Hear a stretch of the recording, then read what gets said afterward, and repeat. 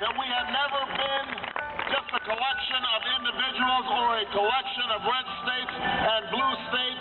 We are and always will be the United States of America.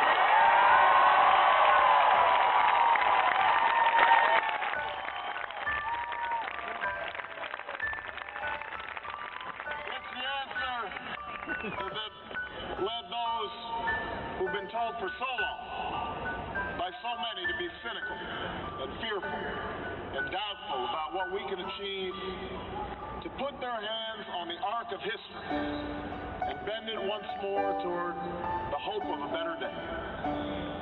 It's been a long time coming, but tonight, because of what we did on this day, in this election, at this defining moment, change has come to America.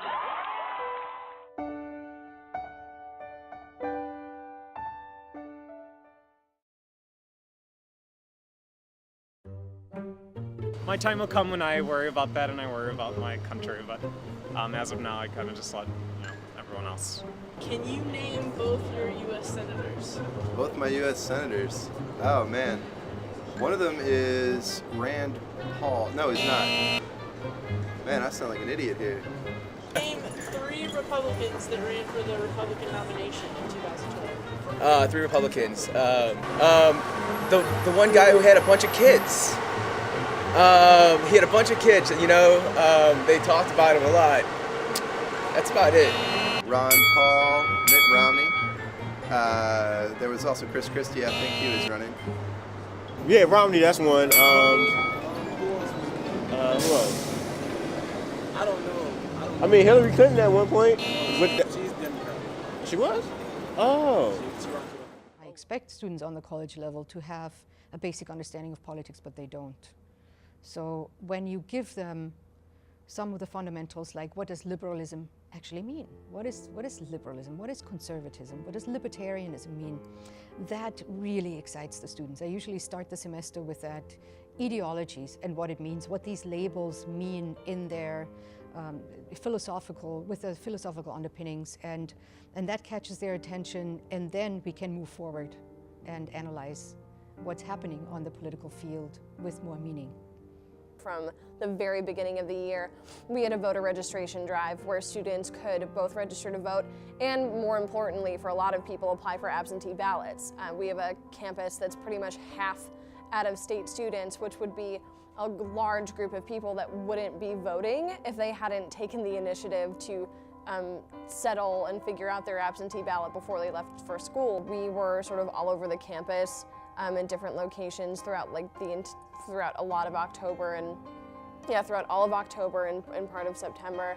And we would go to a building and be there for 2 hours and maybe only get 5 people to register, but hey, there was 5 that wouldn't have been registered or applied for an absentee ballot before. Many of them got their initiation into politics with the Obama campaign in 2007, 2008, and had a lot of hopes, felt like they started to understand politics, felt like there was a younger person, more relatable person to their issues, and got involved in politics on some level. Students say that they were campaigning on some level for the Obama campaign, but they feel like that the last 4 years didn't deliver what they were hoping for, and so they shrug their shoulders and move on to other, probably entertainment news.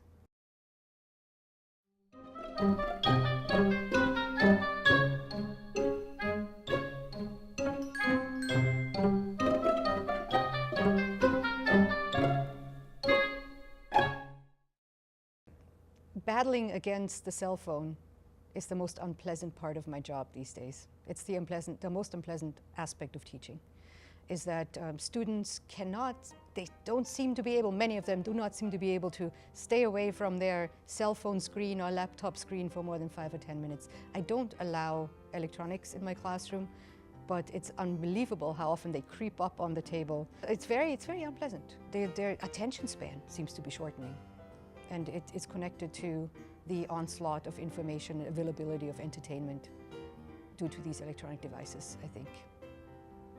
Students are always connected now, Everybody has a cell phone, and I assume these days almost every cell phone has the internet. And so they're constantly connected.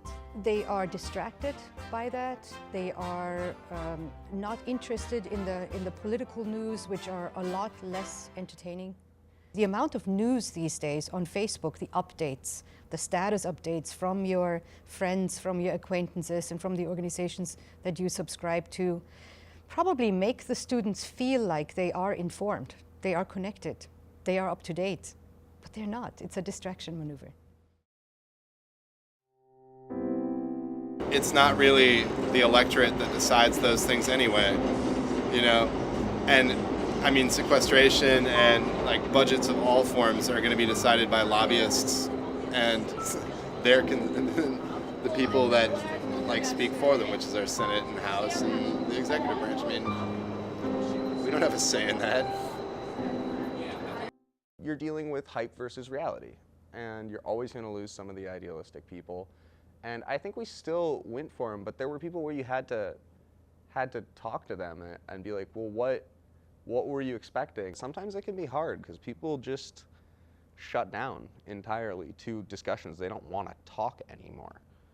And it can be hard to convince those people. But one of the things I think is to appeal to why they shut down in the first place.